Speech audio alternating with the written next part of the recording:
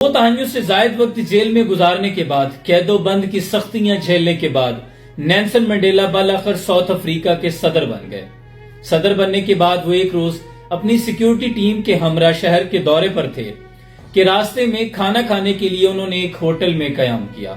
کھانے کے ٹیبل پر بیٹھے ہوئے نیلسن منڈیلا کی نظر قریب ہی بیٹھے ایک شخص پر پڑی جو شاید اپنے کھانے کا منتظر تھا۔ نیلسن منڈیلا نے اپنے سیکیورٹی انچارج سے کہا کہ فلاں شخص سے کہو کہ آ کر ہمارے ٹیبل پر ہمارے ساتھ کھانا کھا لے۔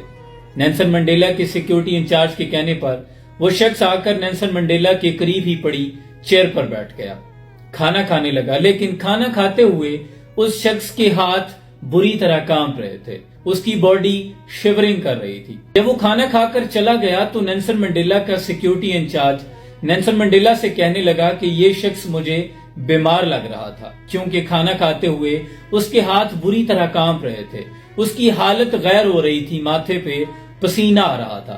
تو اس پر نیلسن منڈیلا نے کہا کہ نہیں، وہ شخص بیمار نہیں تھا، در حقیقت وہ اس بات سے خوف زدہ تھا کہ میں آج اس سے وہی سلوک کروں گا جو یہ جیل میں میرے ساتھ کیا کرتا تھا۔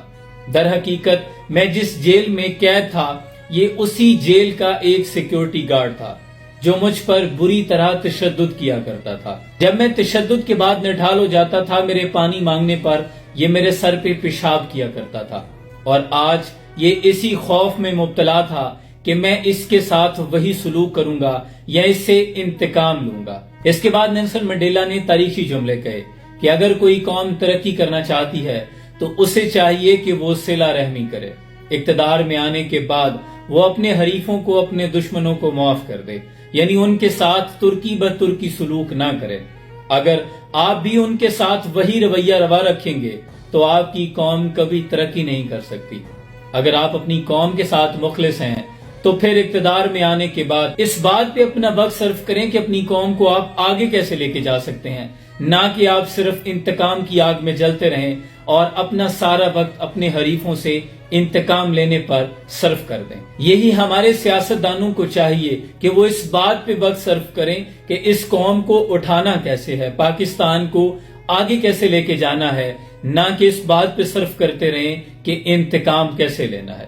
اللہ آسانی حاصل اور تقسیم کرنے کا شرف عطا فرمائے۔ سلام پہنچے۔